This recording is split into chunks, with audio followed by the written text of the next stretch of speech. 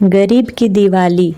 दिवाली का पर्व नज़दीक आ रहा था और स्कूल में सभी बच्चों के मन में मानो खुशियों के पंख लग गए थे और वे तमाम तरीके से रोज़ नए नए पटाखों की लिस्ट बनाते और फिर अचानक दूसरे पटाखे याद आ जाते तो पहली लिस्ट के चिंदे करके चारों ओर उड़ा देते।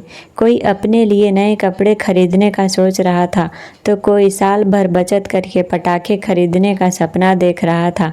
किसी किसी का तो ये हाल था कि दिन रात पटाखों के बारे में सोचते रहने के कारण उसे सपने में भी रंग बिरंगी फुलझड़ियाँ और आतिशबाजियाँ दिखाई देती थी। आज सभी बच्चे बहुत खुश थे क्योंकि दिवाली की छुट्टियाँ शुरू होने जा रही थी। तभी प्रिंसिपल सर ने सभी बच्चों को हॉल में बुलवाया और दिवाली की शुभकामना देते हुए कहा, मैंने आज एक महत्वपूर्ण घोषणा करने के लिए तुम सबको यहाँ बुलवाया है। यह सुनकर सभी छात्र उत्सुक हो उठे और एक दूसरे की तरफ प्रश्नवाचक दृष्टि से देखने लगे। छात्रों की उत्सुकता देखकर प्रिंसिपल सर मुस्कुराकर बोले, जो भी छात्र सबसे शानदार और धूमधाम तरीके से दीपावली का पर्व मनाएगा उसे विद्यालय की तरफ से 5,000 रुपयों का इनाम दिया जाएगा। इतने रुपयों की बात सुनकर तो मानो छात्रों का उत्साह 1000 गुना बढ़ गया और वे खुशी से ऐसे झूम उठे मानो उनके हाथ में 5,000 रुपये आ ही गए हों।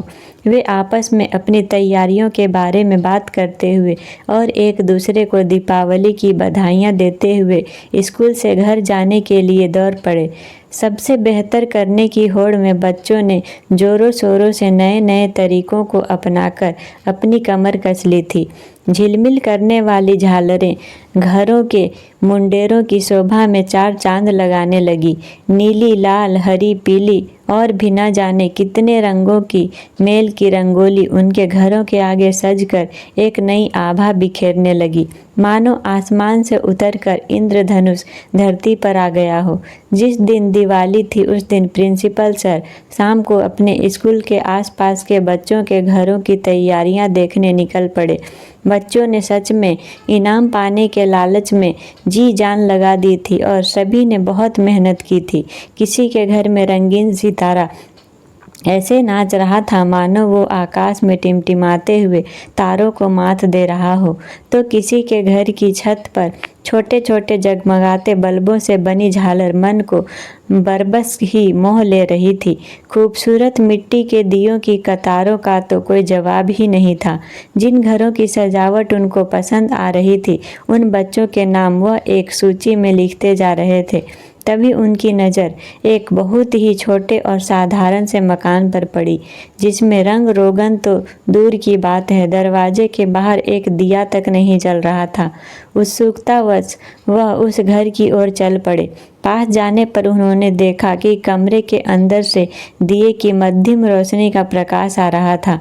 खिड़की से झांकने पर उन्होंने देखा कि बिस्तर पर एक कमज़ोर सी औरत लेटी हुई थी और उसके बगल में एक लड़का खड़ा था। अचानक उन्हें ध्यान आया कि वह लड़का तो राजू है जिसने इस साल पूरे जिले में टॉप करके उनके विद्यालय का नाम रोशन कर दिया था। वह अंदर जाने ही वाले थे कि तभी वह औरत राजू से बोली, बेटा उधर आले में कुछ पैसे रखे हैं, तू जाकर अपने लिए कुछ मिठाई और पटाखे तो ले आ। सुबह से त्योहार के दिन भी मेरे पास भूखा प्यासा बैठा है। प्रिंसिपल सर ने सोचा जब राजू पटाखे लेने निकलेगा तो वह भी उसे कुछ पैसे दे देंगे, पर तभी राजू बोला, नहीं माँ, उन पैसों से मैं तुम्हारे लिए दवा और फल लाऊंगा ताकि तुम जल्दी से अच्छी हो जाओ।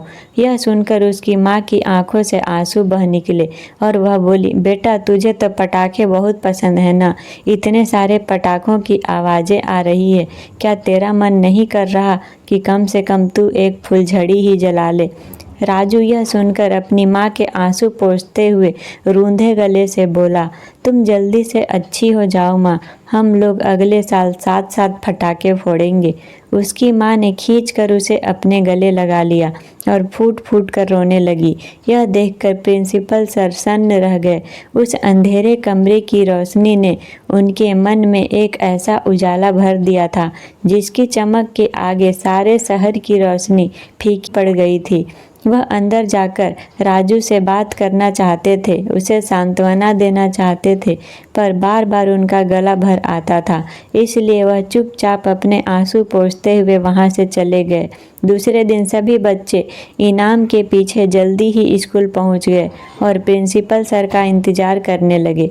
जैसे ही सर आए, बच्चे उत्सुकता से उनसे कूद कूद कर इनाम का पूछने लगे। प्रिंसिपल सर ने प्यार से बच्चों के सिर पे हाथ फेरा और मंच पर जाकर माइक पकड़कर कहा, कल मैंने जो देखा और सुना वह मैं आप सबको बताना चाहता हूँ। और यह कहकर उन्होंने सभी बच्चों के घरों और मेहनत की तारीफ करते हुए जब राजू के बारे में बताया तो उनके साथ साथ सभी बच्चों की आंखें नम हो गई। सभी छात्रों का दिल राजू के प्रति श्रद्धा और सम्मान से भर उठा।